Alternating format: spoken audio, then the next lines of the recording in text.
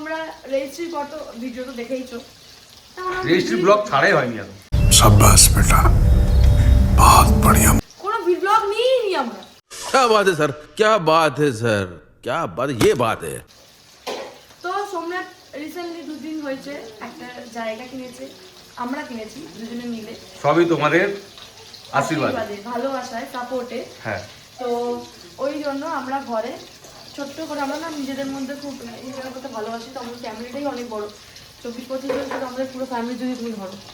তো ওই জন্য আমার সব ননদরা আসছে আজকে খাওয়া দাওয়া, আর খাওয়া দাওয়ার রেসিপি হচ্ছে আজকে মাটন, আর এটা রূপবাটি মাছ ঝাল, আর আমার একটা ননদ মাটন খায় তাই জন্য চিকেন, আর ডাল, বেগুন ভাজা, এই হচ্ছে রেসিপি, বেশি না, সিম্পল সব কিছু। আর ইচ্ছে আছে চাটনি করার, দেখি কি হয়। ইয়াম্মি। তো চলো আজকে ব্লগটা দেখতে থাকো, কি এখন কি করি, কেমন রান্না করি, তাই না? আর তোমরা কিছু হেল্প করছে না আমার সাথে? না আমি তো হেল্প করি না তোকে, বাজারটা তুই করে নিয়ে এসেছিস। বাজার কালকে বাবু আমি তো সকালে 8টার সময় উঠে আমি মাটন নিয়ে এসেছি, মাটনটা তুই তাহলে পেঁয়াজটা একটু বেশি করে দিও। আর একটু বেশি করে করো। এখানে কি এখানে কি হচ্ছে এখানে এটা? এখন এটাকে চিকেনটাকে দই, আদা রসুন আর সরষের তেল দিয়ে হলুদ দিয়ে একটু ম্যারিনেট করে দেবো। ম্যারিনেট করে রাখলে কি হবে, নরম হয়ে যাবে, কাঁচি হয়ে হ্যাঁ, যাবে। এটা খাসি মাংস বার করতে অনেক সময় লাগে, দইটা দিলে একটু নরম হয়ে যাবে।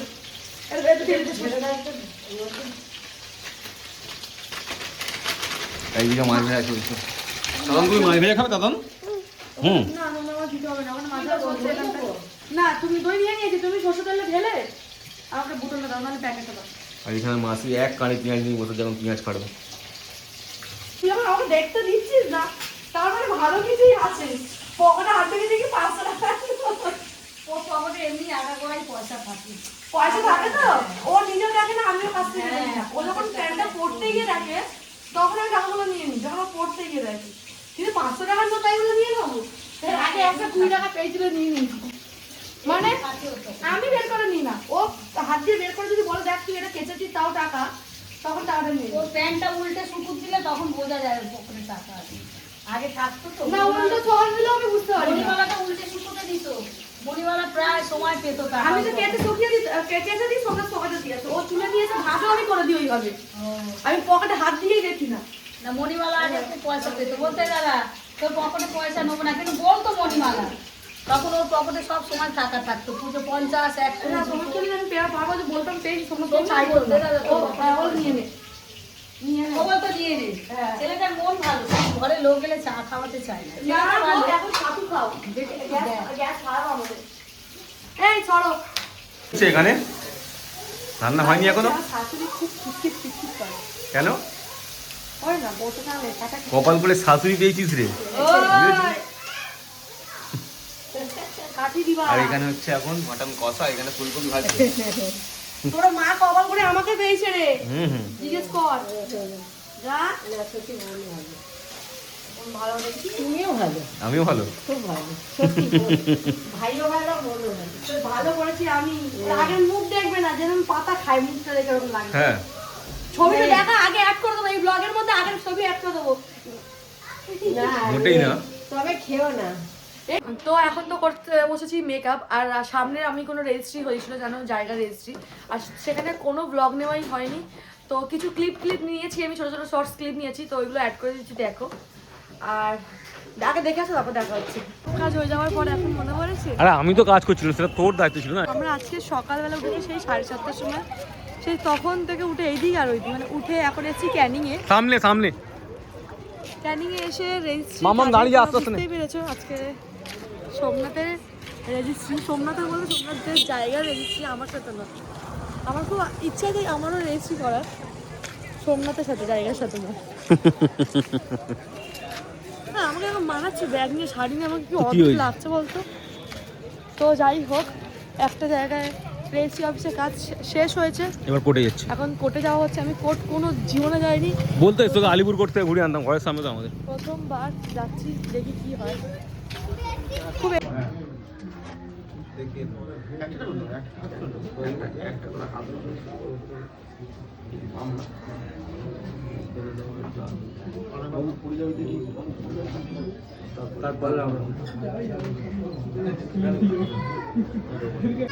ফাইনালি কাজ হচ্ছে মা, কেমন লাগছে বলো? খুব ভালো লাগছে, প্রথমবার ছেলে একটা কিছু করলো তো, আমি খুব আনন্দ, খুব খুশি। আমি সকাল থেকেই খুব খুশি। সোমনাথ যেরকম এক্সাইটেড ওরকম দেখো ভয় পাচ্ছে, মুখ ছোট হয়ে গেছে। ভয় পাচ্ছে, আমি কারণ আমাদের সবকটা মেন কিছু না কিছু গন্ডগোল আছে, ঘাবড়ে তাই যাই না? না। যেমন সোমনাথেরও কিছু কিছু ডকুমেন্টসের গন্ডগোল আছে, ওই জন্য আমাদের কাজে সবসময় কেন সার্ভার ডাউন হয়ে যায় আমরা বুঝি না। এর আগে কোথাওটা গেছিলাম না আধার কার্ড ঠিক করাতে, ওখানটাও ওরকম ঢুকলাম সার্ভার ডাউন, এখানেও ঢুকলাম সার্ভার ডাউন। তাই জন্য কোনো পরিষেবা ভালো নেই, যেটা বাস্তব ঘটনা। ওই জন্য এখানটা খেতে সরকারি সার্ভারটা তো একটা জায়গায় দুটোই এগোতে। তো এখন আমার মেকআপ কমপ্লিট, অলমোস্ট কমপ্লিট, পুরো হয়নি।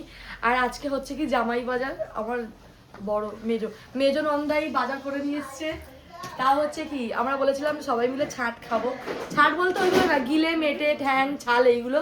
আর বলেছিলাম তেল খাবো, তেল কাটা। কি বলছে মা? কথা বলতে শিখ, মা বলছে কথা বলতে জানে না। কথা বলতে এটা তাও এত দূর এগিয়ে গেছি, কথা বলতে জানে না। আর কথা বলতে আমি কনফিউজ হয়েছি, কেন কি এটা তো 4 দিনের ব্লগ, এটা 4 দিন ধরে আমরা ব্লগ বানাচ্ছি এখন 4 দিন। তো আমরা এতই ব্যস্ত যে 4 দিনের ব্লগ কমপ্লিট করতে পারছি না। তো কোন বিষয়টা নিয়ে বলবো আমি সেটাই বুঝতে পারছি না। আমি কালকে কি হয়েছে সেটা ভুলে গেছি, তো আমি 4 দিন আগে কি মনে রাখবো। তো যাই হোক, আর জল খাবারে আজকে ছিল ঘুগনি আর লুচি। ঘুগনি আমি করেছি, লুচি আমার শাশুড়ি আম্মা করেছে। আর আমাকে খেতে দেয়নি, সবার আগে দিয়েছে ওনার ছোট মেয়েকে চা। ছোট মেয়ে খাইনি, শুধু চা খেয়েছে, বিস্কুটও খাইনি। ও আমি তখন ঢুকেছিলাম বলে তখন ছোট মেয়ের চাটা নিজেই খেয়ে নিয়েছে। আমি খাইনি। আর তারপরে সবার প্রথমে দিয়েছে নয়কে, জামাইকে লুচি ঘুগনি, আমাকেও দেয়নি। বাচ্চাগুলোকে দিয়েছি, তোর মেয়েকে বল এটা তোকে দিয়ে দিতে। আমার মেয়ে তো তোমার চোখের মনি, হৃদয়ের কিডনি, ওকে তো দিতে তুমি আর আমার মা ভিডিওতে আসতে কি ভালোবাসে। আমি সবাই আছি বলে তাহলে মাকে নিয়ে ভালো করে শর্টস বানাতাম। দাদা না রেখেছিলাম, দেখে রেখেছিলি? বিকেল বেলা করবি। দেখে রেখেছিলাম, ভেবেছিলাম মানাবো। এই তো সবাই মিলে করবো, সে মনে আছে সে রোহিত বলছিলি কি গেটের বাইরেতে বেল বাজাবে, বললি পা দুলাস না ঘরে আসবে যেটা। আমাকে কোনোদিন বৌদি বলে ডাকে না, এই প্রথমবার ওর মুখ ফুসকে বেরিয়ে গেছে। যদি কোথাও যাই, যদি জিজ্ঞেস করে এটাকে তোমার ভাইয়ের বউ নাকি দাদার বউ, তখন বলে না না এই আমাদের পাশের বাড়ির একজনের বউ। এত মল্লিকাকে বলতাম বৌদি আর তোকে বলতাম ওদের পাশের বাড়ির বউ। এত শয়তান। কপাল লাগো পিউর, এখানে শাশুড়ি মা হাতে করে খাওয়া নিয়ে বসে আছে আর ওখানে মেকআপ করছে। বাহ, আমি জানতাম সোমনাথ কথাটা বলবে। হ্যাঁ হ্যাঁ, সেটা তুই বলবি। আমার খাওয়া সহ্য করতে পারে না তোমার ছেলে। একা একা খেয়ে নিচ্ছিস, একবার আমাকে বলেছিস একা একা খেয়ে নিচ্ছিস। আমরা কি ভাবি কি ঘুম দিয়ে উঠে বড়রা কি খাবে বা কিছু খেয়েছে কিনা। ও মা, আমি আর আমার ছোট ননদ ঘুমাচ্ছি, ওরা দুজন এই যে এই মহান ব্যক্তি, আমার মহান ব্যক্তি গিয়ে দোকান থেকে চা কচুরি খেয়ে চলে এসেছে। আমার 6টার সময় ঘুম থেকে উঠে ওই জন্য চলে আমার গেছে। ঘুমের পরে মাকে বলেছে ও মা সোমবার শুভকে চা দাও, শুভকে চা দাও করেই যাচ্ছে। আর এরা দোকান থেকে না, তখন তো মা দিয়েছে 6টার সময় চা করে দিয়েছি শুভকে। কেন শুভ খেয়ে গেছে, বললাম আমি তখন 7টা বাজে। শুভকে, পাগলুকে, ছোট জামাই, সেজো জামাই, ওদেরকে 6টার সময় করে দিয়েছি। তো তারপরে যখন এরা চলে গেল কচুরি খেতে, ওটা তো বলে যেতে পারতো কি আমার কচুরি বলবে, আমি বলে যাবে। ঘুমাচ্ছিস তোকে বলে যাবো, নাক ডাকছিল। এমন করে না, ঘুমালে এরা ডাকেই না, ডাকেই না, ডাকলি নো। আর যাই হোক, এখন আমারই দোষ দেখবে, তোমার ছেলের দেখবে না। ছেলে দেখা যায় না। না না না না, তাই জন্য ব্লগটাকে এখানে এন্ড করে দেখা হচ্ছে নেক্সট ব্লগে, যদি মা ছেলের দোষ খুঁজে পায় তো। হ্যাঁ গো মা, আমার তো না রে, তুই খুব ভালো ছেলে, তোর কোনো দোষ নেই। ও